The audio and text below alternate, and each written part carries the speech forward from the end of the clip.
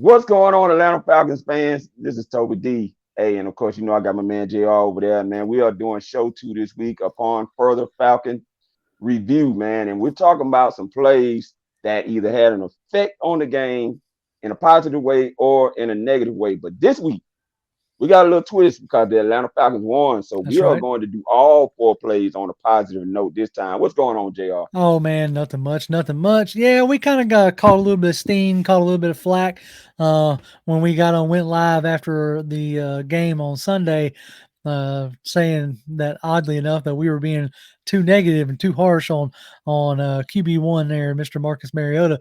So we figured in the sense of fairness and in the sense of balance that we would try to balance it out and just do some positive plays because there was plenty of positive things to come away with on this particular game. We'll leave the interceptions and the fumbles alone, um, untimely as they were. But we'll get into just some positive stuff. You saw this in this past game. They really get to connecting with Kyle Pitts a lot more, which was great to see. For the second week in a row, Drake London was imposing his will on the opposing team, which is what you want. And of course, CP84 being the spark plug, the gasoline that really gets this offense, going. So Yeah, we hope that coming into the Browns game that it was just some rest because he was listed as rest and knee issue.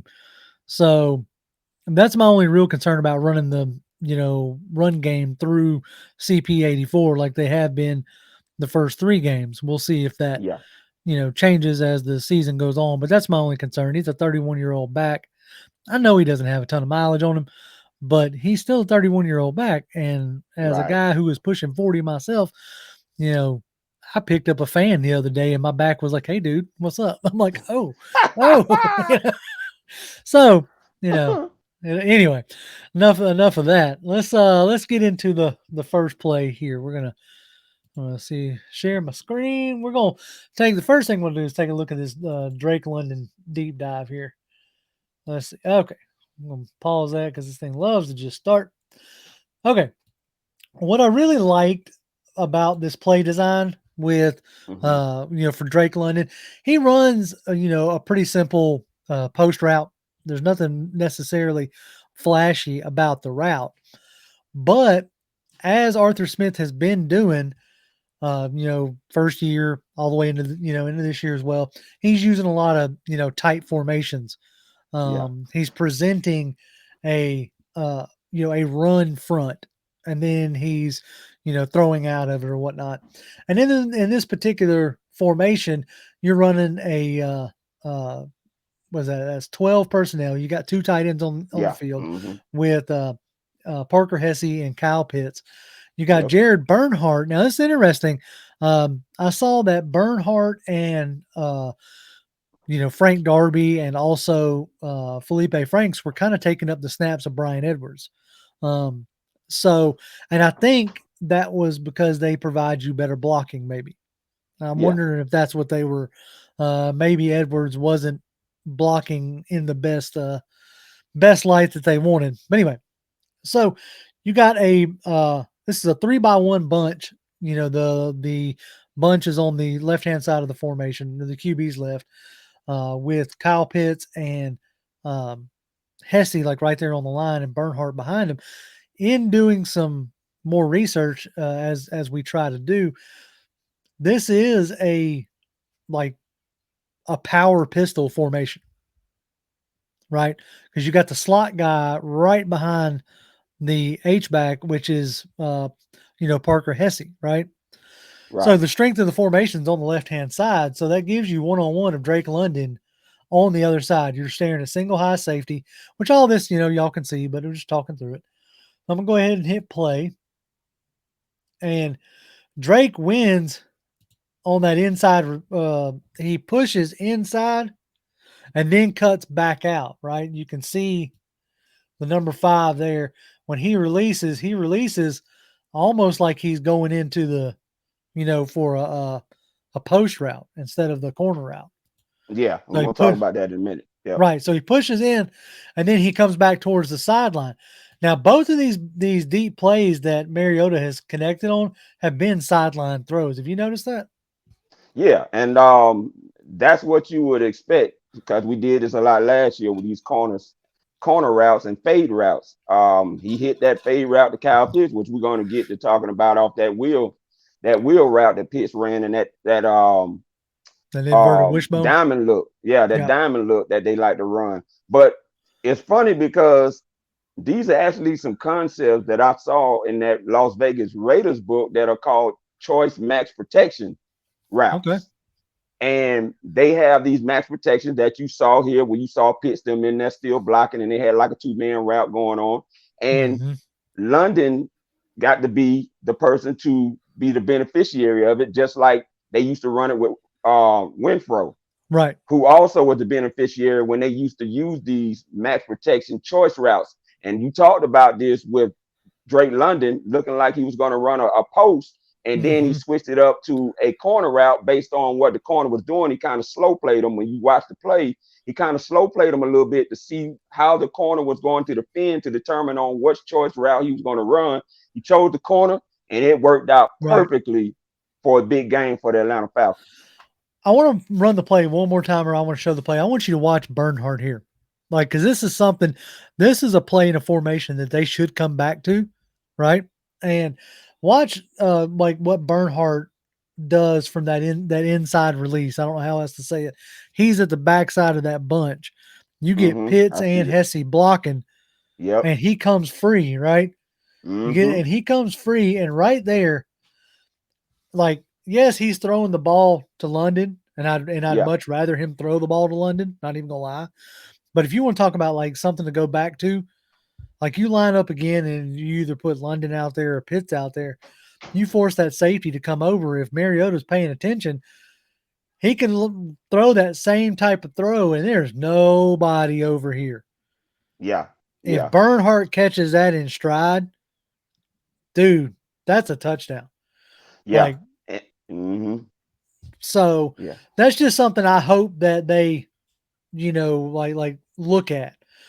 Because like he'd be matched up on a corner, which, we'll see if he could beat or not. But if he did, dude, you talk about wide open. So I don't know if you remember or not, but in the Saints game, they ran a similar max protection type of two-man route there as well. Hmm. And also, once again, Drake London was a beneficiary of it. This is when the play on the inside did where Drake got hit real hard by the linebacker, and they called uh, um, a penalty on Saints for hitting a defenseless player, but Right. he still ended up catching the ball in this once again max protection choice type of route. And it looks like London had this down pat, man, because he can understand what he needs to do based on reading the corner and how the Right. corner's trying to defend him on which route he needs to choose. And so far, he's 2 for 2 in these type of route concepts that they've already shown with these max protections that they do up there. So I'm excited to see, like you said, JR, them come back to this again, and whoever blows that coverage out and don't get it right, yeah, you're I gonna have mean, a wide okay. receiver tight end open. Not just like, okay, so you talk about, having like Pitts and London as being your number one, number two option, right? You Yeah, run that same type of formation where you got that tight bunch, that max protect. And yeah. instead of Bernhardt leaking out, like you let Pitts, chip and then have him leak out. Mm-hmm. And that's something, like I said, these are concepts that you're seeing early in the season that I hope they continue to revisit and continue to build on, because Yeah, there's definitely some potential there to make some big gains. Now yeah. talk about another big gain here.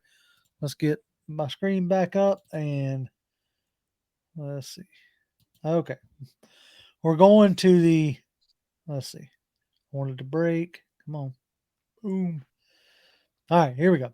We're looking at, before I hit play on it, we're looking at the Kyle Pitts deep route that he ran. Now, as we talked about, he ran this out of a diamond, out of a diamond or an inverted wishbone, Yeah. whatever you want to call it there. Um, this is, again, like this is a form of pistol power. Like you have Mariota in the pistol with CP84 directly behind him. You watch Lamar Jackson in Baltimore do this repeatedly, and Yeah. pretty much every time they're running out of it. Okay.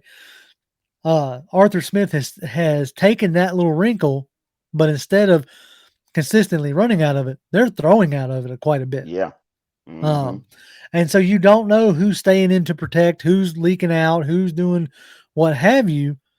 And in this particular play, you have on the same side of the field, which is super important in the way you can like overwhelm and overbalance a defense.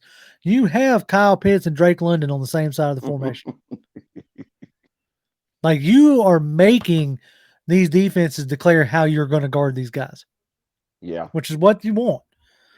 Like this is what you want as far as to have, Mariota or Ritter down the line or whoever be able to get the pre-snap information to where he needs to go with this ball. And making it super easy. This particular formation, you have Olamide Zaccheaus on the left and Drake London on the right. Again, Parker Hesse and Kyle Pitts in the backfield along with CP84. Now, when they go out on routes, London runs I think it's a comeback route. Yeah. Mm-hmm. And then Zaccheaus runs a dig, going or an out route. People in the comments are going to correct my terminology, but like he, chooses correctly, and I'm gonna go ahead and run it. Just run the play. So, yeah, and sometimes the stuff gets slow. There we go. They snap, and dude, it's 1-on-1. You're putting your best player up to bat, is what you're doing, and you're saying that my guy is going to beat your guy because it's pretty good coverage by number 13, who runs pretty much stride for stride with Pitts. Mm-hmm. And then on the inside, you got good coverage on Drake London, who I think if you were to hit that route, if you would have chosen that route, you probably could have made it. You probably could have had that one. But I like to see that they were like being aggressive and taking shots because that's not something that we've done a ton of these last, the first two games. So I was glad to see them open up the game with a deep shot to Pitts. That had he hit that probably would have been a touchdown. But also coming back to that. But it's that same, corner route that he hit London on earlier. And London just went up and was better on that particular play than the guy who was guarding him, number 13, which I think is Tariq Woolen, isn't it? On the Tariq Woolen's number 27, if I'm not 27. mistaken. Okay. Yeah. Man, I don't know who number 13 is then. I'm assuming it's a safety, and you're putting a safety on Pitts, and that's a mismatch. So, you got anything on that play? What I like about it is when you got a corner that is outmatched by a taller receiver, regardless of how fast that corner is, keeping stride for stride, you're going to see a lot of these routes where you're going to have corners that are going to be stride for stride with your guys, but they still can get open because of their height. He catches this nice back shoulder throw that Marcus Mariota was able to throw in the right spot to him where the corner can't even defend it. It's hard to defend that on a 6'6" tall guy like that who would extend his arms and catches it up to where you can't climb the ladder. You don't even have time to think about that. So I was excited about that. And it was kind of a way to disguise the wheel route that Pitts ran too, because we ran a lot of wheel routes last year with Cordell Patterson, of course. Mm-hmm. But these looks that Arthur Smith is giving is allowing them to still run their offense, but disguise it to where you can't detect it right away like you would be in 2021 if they'd use the same formation. And I'm loving the creativity that he's using to be able to run the plays that they're used to. Oh, yeah. I mean, that out of this, like, you think, well, JR, why doesn't every, team do this? Look, the NFL, ebbs and flows and goes through phases. Okay. You'll have, teams want to spread it out. to get advantages and grab space.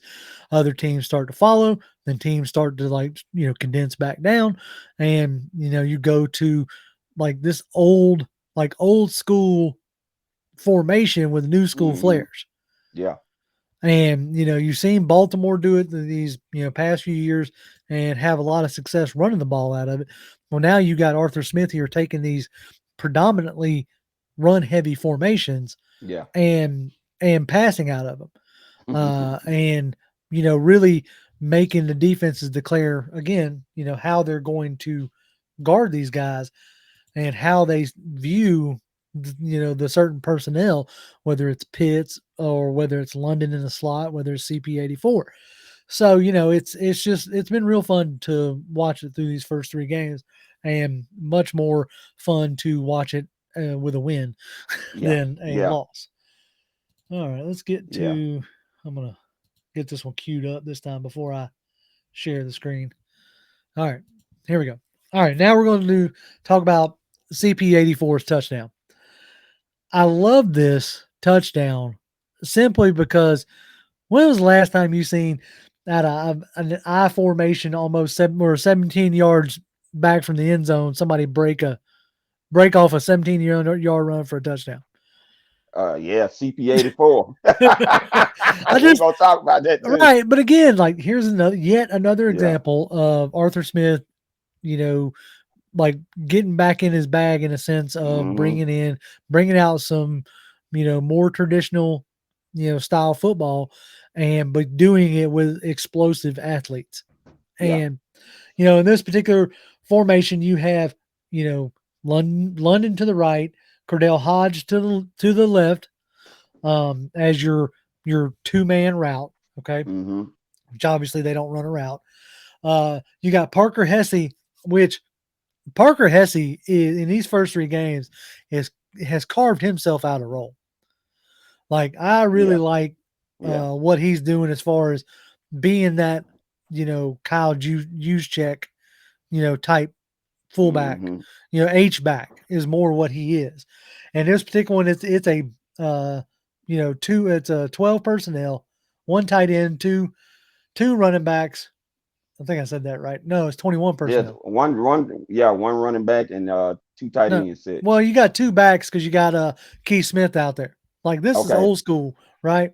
You got Keith Smith directly lined up directly in front of CP84, Okay. and you Oh, got okay. Well, we're looking at 22 then. right. That's what yeah. Well, no, it's not 22 because you only got one tight end, so it's 21. I said it Okay. backwards. Okay. I said it backwards earlier. You only got one tight end, which is Hesse. All right, so let's hit play on this. I mean, it's the simplest thing in the world, right? It's not a overly dramatic. You got Keith Smith like seals off the backside. Caleb McGarry, runs his guy out, and they open up between Keith Smith, Chris Lindstrom. They seal Yep. off the inside. Mm-hmm. McGarry pushes his guy outside, and that's what creates the hole, right? Yeah. London keeps number 30 off of him from crashing in. Now it's just literally CP84 and number 13. That's But it. that's it. That's That's where it. you get your matchup, right? You're one on Yeah. one, and CP just shakes out of that little tackle that old buddy tried to put on him, and walks into the end zone. It is such a simple play, but when executed right, it's super effective. Yeah. I'll let it Yeah. run one more time. I just want y'all to watch the blocking. Like it is just such a thing. Like I ain't seen the right side of our line block like that, and I can't tell you when. Man, it's been a thing of beauty watching all of them block well this Yeah. year. I mean, they are perfecting that thing. I mean, JR, you already see they're taking plays and they're already forming their popular play they like to run. This ISO run, which I found out it was because I did not know, still learning some things. I can recognize power and I can recognize the zone and stretch zone, but I had no idea this was an ISO play. So I reached out to a good buddy and he told me this is what it was because I've You. seen the play multiple times. They ran it last season. Mm-hmm. I was about to say the reason why you ain't recognize it because I don't hardly nobody run ISO no more. No, they don't, but we do. Right. Well, I mean, like legitimately, the amount of time I see ISO being run is when you play in like Madden or when you Yeah, play in like NCAA and you're trying to like punch it in, right? It's yeah, just that's just old school football. yeah, Old school smash mouth, this, that, that's that exotic smash mouth leaking out into Arthur Smith influence right there. I yeah. mean that's what that is. Now, last play we're gonna talk about. One of my favorites. And it is the sack that Grady Jarrett to set up the interception that ended the game. We're just gonna show you the sack, the interception, like that was a hope and a prayer, so it wasn't nothing too special about that. I mean, it was like, right? You know what I'm saying? It was just a hope and a prayer in a sense. Like he was just throwing it up there, hoping somebody was going to get it. And somebody did. It was Richie Grant, which he didn't Yeah. want that. But, all right. Well, the part that I found really interesting is we're in a 3-3-5 look here. Okay. You got 3 D linemen, only one like D lineman in Grady Jarrett. So you got Grady Jarrett, Lorenzo Carter, and Arnold Ebiketie. That's who's on the field. In your pressure situation, you're trying to close out the game. That's who's on the field. Yeah. Now, here's the interesting part that I found interesting anyway, as a contrast from last season. You had in your line, like, first of all, you played with a lot of 3 linebackers in this game. Like more 3 linebackers in this game than I think I've seen Dean Pease trot out there. Okay. So that caught my attention, one. And here you had Michael Walker, Rashad Evans. Makes sense. That's your 2 Yep. starters. Mm-hmm. And then you had Nate Landman on the field, the undrafted linebacker out of Colorado. It's either Colorado or Colorado State. I can't remember. Um, Undrafted linebackers out there on the field in a pressure situation. What I want to key in on that before I hit play on this game or on this play is last year, like Dean Pease seemed very reluctant and very hesitant to rely on inexperienced players. And you say, "Oh, well, Jr. Maybe he ain't got no choice this year." Yes, he does. Yeah. Kotowski's on the roster. He could be trotting him out there, but he's not. He's trotting Ladman out there in a high pressure situation. He could have been trotting Mm-hmm. Troy Anderson out there. Now, I'm not taking a shot at Troy Anderson. There just apparently was something that Ladman was, maybe better at run fits right now, or I don't know. But there was something that had Ladman out there. And Yeah. I just find it interesting. Also, you have uh AJ Terrell, Casey Hayward, and our boy D Alford on the field as the cornerbacks, right? So Mm-hmm. I was glad to see him out there in these and again, high pressure situation. This is the end. This is to end the game. Seattle had a pretty good call here. You got a 3-by-1 set with I think it's Rashad Penny. I think he's number 20 in the backfield with in a little bit of a pistol look at themselves that Seattle's running here. What they're known to do, like one of the things I said, you're gonna see some similar stuff that we do. They like to do. Mm-hmm. So not a bad call in my opinion, except for Grady Jarrett and Arnold Ebiketie had different different plans. Mm-hmm. So you got a 3-3-5, and if I'm not mistaken, this is going to be a simulated pressure because you got both the A gap. Well, this is probably the B gap. You got a double B gap. It's Yep. mugged up right big time with Mm-hmm. Labman and Rashad Evans up on the line. It's just a very muddy look. So Gino's like he's having to figure out who's coming. He knows some guys are coming. He's got to figure out who. Yeah. So we hit go and They bail out of that joker. right, Ladman and Rashad Evans bail out of there big time, which I find interesting because out of those linebackers, the better of the coverage guy is Michael Walker.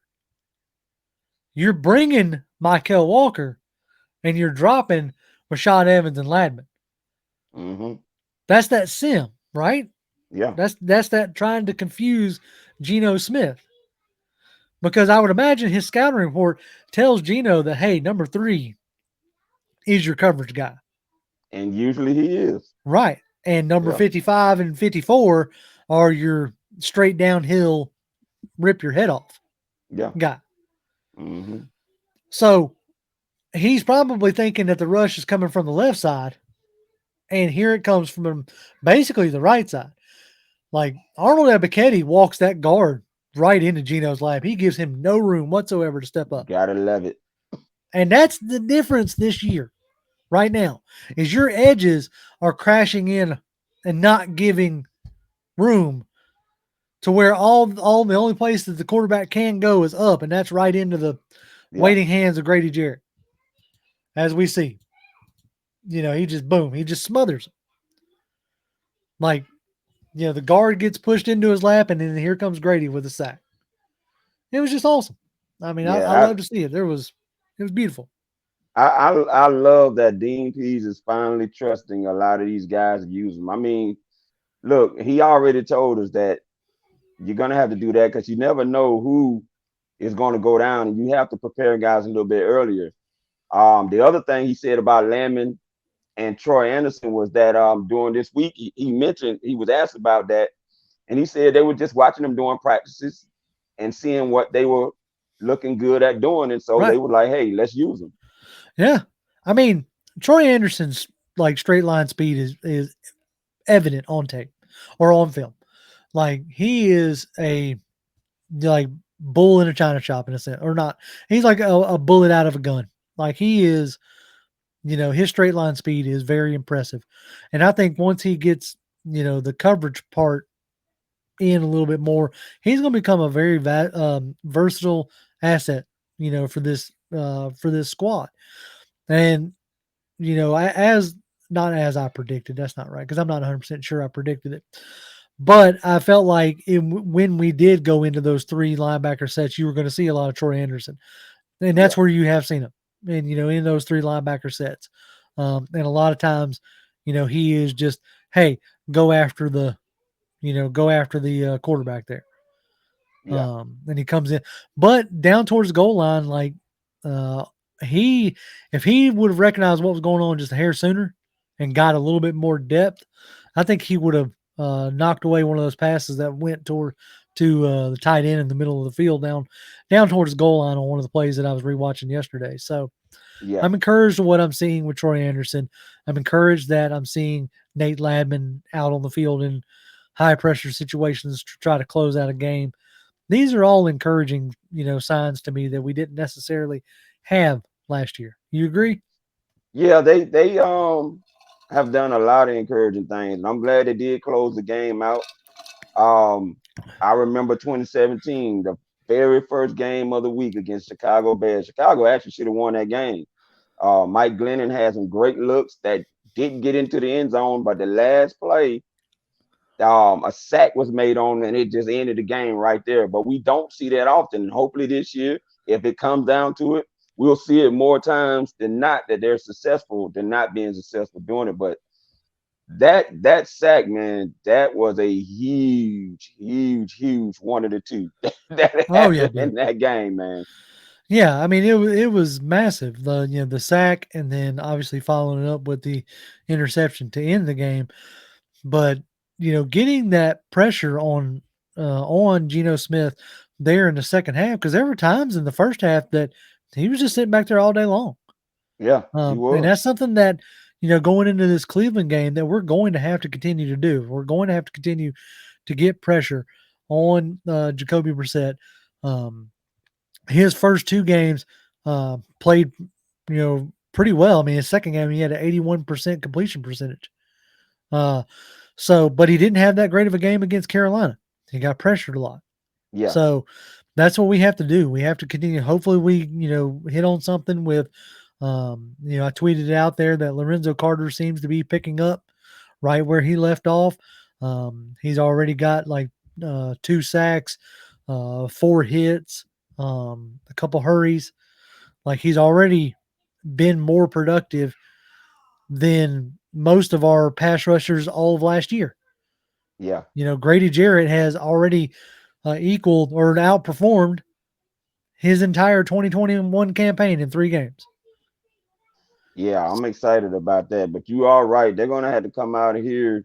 Both defenses, Browns and the Falcons defense, are gonna have to come out with their lunch pails and be ready for possibly a long day dealing with these offenses. Both teams, number one, Cleveland is in rushing on first downs, and you got Oh the yeah, Falcons who are coming in at number 5, right? So you know what that does?